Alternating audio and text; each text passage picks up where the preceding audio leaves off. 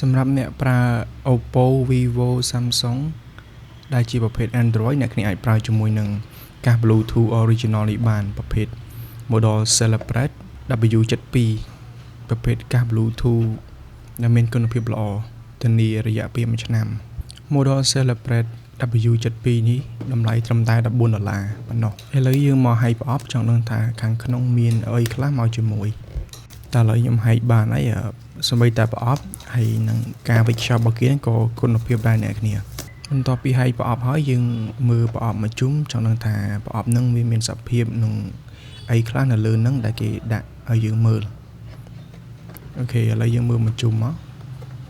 នៅលើនឹងគេមានការណែនាំមួយចំនួនឥឡូវយើងបើកប្រអប់តែម្ដងទៅអ្នកគ្នាបើកទាញតែម្ដងគេនៅក្នុងប្រអប់វាភ្ជាប់មកជាមួយនឹងកាស Bluetooth មួយហើយនឹងខ្សែសាកមួយហើយនឹង user manual មួយនេះជាកត្តាមុខងារមួយចំនួនដែលកាស Celebrate W72 នេះមានហើយយើងអាច scan QR code ដើម្បីឆែកមើលពីរបៀបប្រើមួយចំនួនហើយនឹងមុខងារមួយចំនួនចំណែកនេះជាប្រអប់ខ្សែសាកមួយដែលយើងប្រើដើម្បីសាកជាមួយនឹងកាស Bluetooth របស់យើងនៅខាងក្នុងប្រអប់នេះវាមកជាមួយនឹងប៉ុងតិចមានធំមានតូចតាមទំហំតិចរបស់យើងអាចដោះដូរភ្ជាប់ជាមួយកាសរបស់យើងបាទឥឡូវដល់ពេលចាប់កាន់កាសរបស់យើងកាន់ឥឡូវយើងចង់ដឹងថាអូរូបរាងវាស្អាតប៉ុណ្ណាហើយគុណភាពវាមិនដែរអូខេឥឡូវយើងមើលផ្ទាល់អ្នកគ្នាកាសនេះមានសភាពហាប់ណែនហើយធន់ល្អ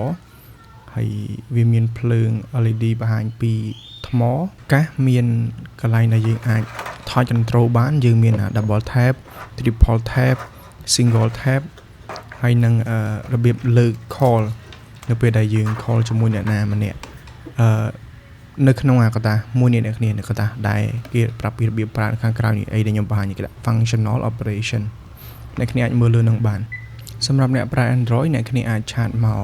TikTok នឹងផ្ទាល់ដើម្បីកំងពីខ្ញុំហើយខ្ញុំមកដាក់អីវ៉ាន់ជូនកុំភ្លេចជួយចុច like ចុច follow ដើម្បីទទួលបានវីដេអូ unboxing តាក់ទងទៅនឹង technological product ផ្សេងៗទៀតពីខ្ញុំ